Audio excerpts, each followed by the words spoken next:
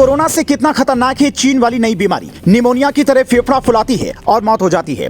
मोदी के मंत्री ने जारी की गाइडलाइन, अस्पताल में न हो ऑक्सीजन की कमी। WHO ने भी जारी किया पूरा अपडेट। अपने बच्चों को इस बीमारी से बचाना है तो ये 6 बातें गांठ बांध लीजिए। शादियों में जाने से पहले ये 3 काम कीजिए। चीन में इन दिनों नई बीमारी का कहर है। दुनिया इसे नए वायरस का लक्षण बता रही है, जबकि चीन का हेल्थ मंत्रालय इसे निमोनिया बता रहा है। चीन के एक स्कूल में जब कई बच्चों की तबीयत अचानक से बिगड़ी तो इस बीमारी का खुलासा हुआ। पर पिछली बार की तरह इस बार भी चीन ने इस बारे में ज्यादा बोलने पर पाबंदी लगा दी है। पर चीन बोले ना बोले, दुनिया के सबसे बड़े स्वास्थ्य संगठन WHO ने इस बीमारी की गहनता से जांच शुरू करवा दी है। इधर हिंदुस्तान में भी मोदी सरकार ने अस्पतालों को अलर्ट जारी किया है, जिसमें 6 बड़ी बातें लिखी हैं। पहला, हर अस्पताल ये सुनिश्चित करे कि उनके यहाँ पर बेड और स्टाफ की कमी न हो। दूसरा, जरूरी दवाएं और एंटीबायोटिक्स का पर्याप्त स्टॉक रखें, कमी नहीं होनी चाहिए। तीसरा, ऑक्सीजन प्लांट और अस्पताल में पड़े वेंटिलेटर्स को अच्छी तरह से जांच लें। चौथा, PP किट और टेस्टिंग किट इतनी रखें कि हालात बिगड़ने पर संभाल सकें। पांचवा, ऑक्सीजन सिलेंडर की कमी ना हो, इस बात का भी सही ख्याल रखें। छठा, संक्रमण फैलने से रोकने के लिए बने इन्फेक्शन कंट्रोल प्रोटोकॉल का पालन करें। हालांकि अभी इसके एक भी केस हिंदुस्तान में नहीं आए हैं, इसलिए यह कहना मुश्किल है कि तैयारी किस लेवल की करनी होगी और खतरा किस लेवल का होगा। पर आपके लिए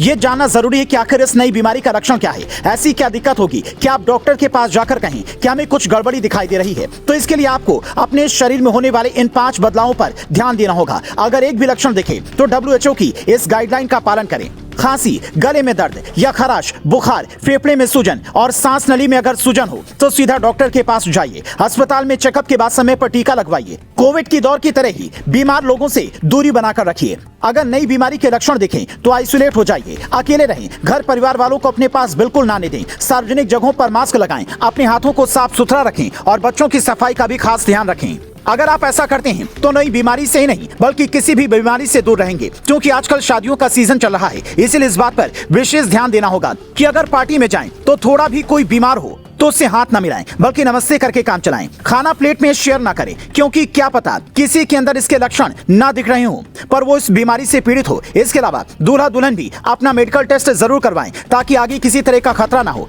हालांकि हमारे यहाँ पर लोग किसी बीमारी को तभी मानते हैं जब वो असर दिखाना शुरू करती है। कोरोना के वक्त भी लोगों ने कहा था कि हमें कुछ नहीं होगा, ये कोरोना वरोना क्या ही करेगा। लेकिन जब शमशान घाट में लंबी लंबी कतारें लगनी शुरू हुई तो ऐसे लोगों को अकल आई और लोग उस दौर को याद करके आज भी सहम उठते हैं। इसलिए बेहतर यही है कि अभी से सावधानी बरतिए और इस रिपोर्ट को ज्यादा से ज्यादा लोगों तक पहुंचाइए ताकि लोग ये समझ सकें कि आने वाली बीमारी कितनी खतरनाक है। वैज्ञानिकों का कहना है कि अभी इसकी कोरोना से तुलना नहीं की जा सकती, लेकिन जिस तेजी से ये बच्चों को प्रभावित कर रहा है और फेफड़े फूलने से बच्चों की मौत हो रही है, उससे यही लग रहा है कि इसका प्रभाव तेजी से पड़ने वाला है। जब तक बीमारी की पहचान नहीं हो जाती, वैक्सीन नहीं बन जाती, तब तक सावधानी ही बचाव है।